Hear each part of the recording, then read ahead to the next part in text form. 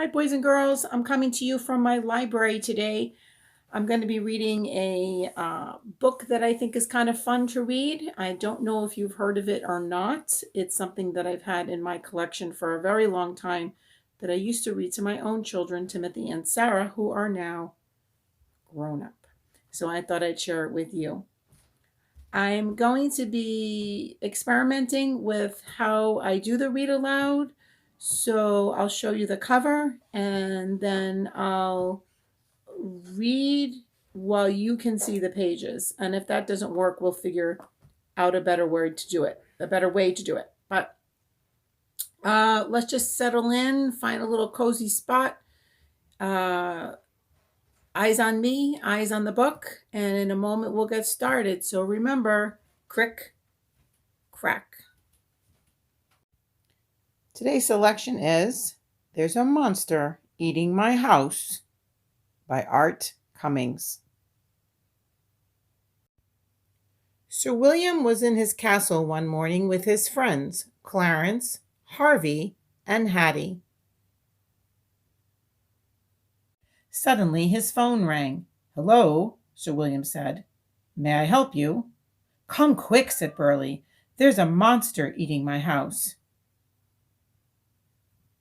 "What does it look like?" Sir William asked. "It's the ugliest monster I've ever seen," said Burley. "It's half animal and half machine." Crunch, crunch, crunch.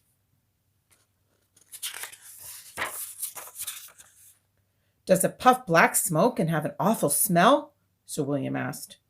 "Yes," said Burley. Crunch. "It's the Machinosaurus," Sir William said. "I'll be there before you can count to 3.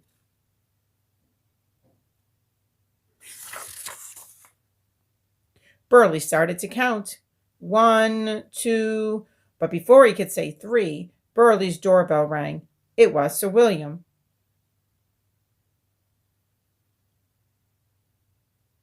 Burley opened his door only wide enough to poke his paw through and point to the back of his house.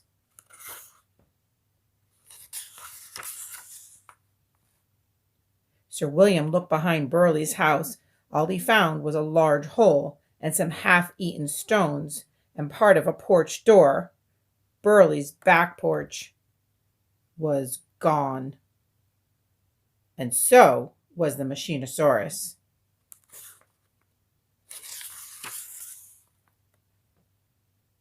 Sir William felt bad. It was his job to catch monsters, and he had failed, but he had no idea where to look for the Machinosaurus. Sir William returned to his castle. He had hung up his armor and just turned on the TV when bring, the phone rang. It was Ollie. "Come quick," he said. "There's a monster eating my house." "What does it look like?" Sir William asked. "It's half animal and half machine," said Ollie. "It puffs black smoke and has an awful smell." "It's the Machinosaurus," Sir William said. "I'll be there before you can count to 3.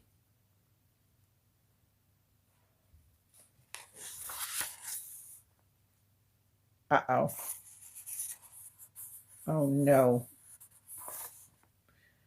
Ollie began to count, but before he reached 3, he heard Sir William shouting, "Where is that monster?" There was a big hole in the side of Ollie's cellar. There were giant teeth marks all over it, but there was no Machinosaurus. "Sorry," Sir William said. "If only I had an idea where to look for it." Ollie pointed to a path of broken trees.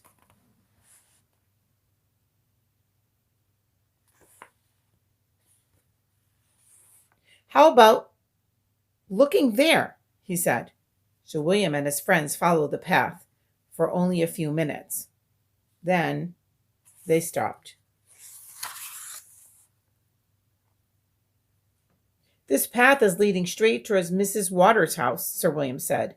"Do you think this Machinosaurus is mean enough to harm Mrs. Waters' house?"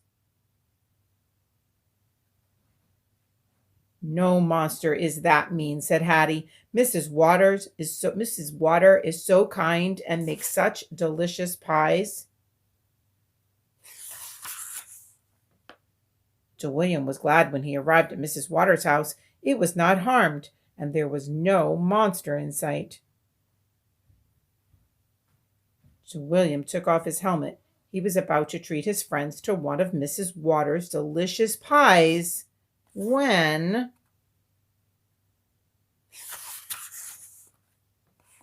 Yow! Cried Clarence. Towering above Mrs. Water's trees was the Machinosaurus. It was eating the top of a tree and puffing black smoke. How can anyone be so mean, said Harvey. I say we teach it some manners.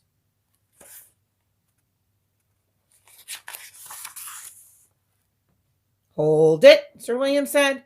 This Machinosaurus is acting very strange, and I would like to know why. Why did it eat only a porch? It could have eaten the whole house. Why did it eat only a cellar? And why is it eating only the top of that tree? There is only one way to find out. I must ask the monster. And so he did. Pardon me, said Sir William, but why are you eating only the top of that tree? Trees taste awful, said the monster. Then why eat them? Sir William said. Because houses taste just as bad, and I have to eat something. Sir William thought. Then he asked the monster, have you ever eaten a pie? A pie? What is a pie? Asked the Machinosaurus. Taste one, Sir William said. Are you predicting what I'm predicting? Think about what you think might happen next. Wow, the monster smiled. I have never tasted anything this good. What kind of pie you think is on his face? I'm thinking maybe blueberry, maybe raspberry. Sir William whispered to Mrs. Water. She went into her house and came out with a whole stack of pies.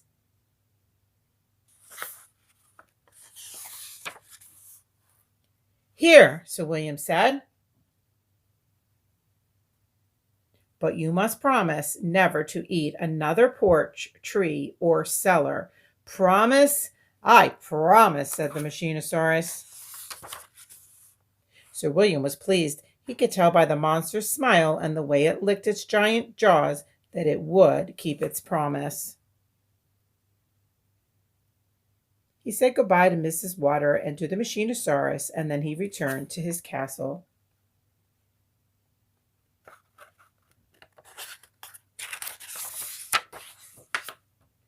He had just hung up his armor and sat down when there was a knock at the door. It was Mrs. Water's delivery man. He had the biggest pie Sir William had ever seen, and on it, printed in whipped cream, were 2 words. Can you read them? Give it a try. Thank you.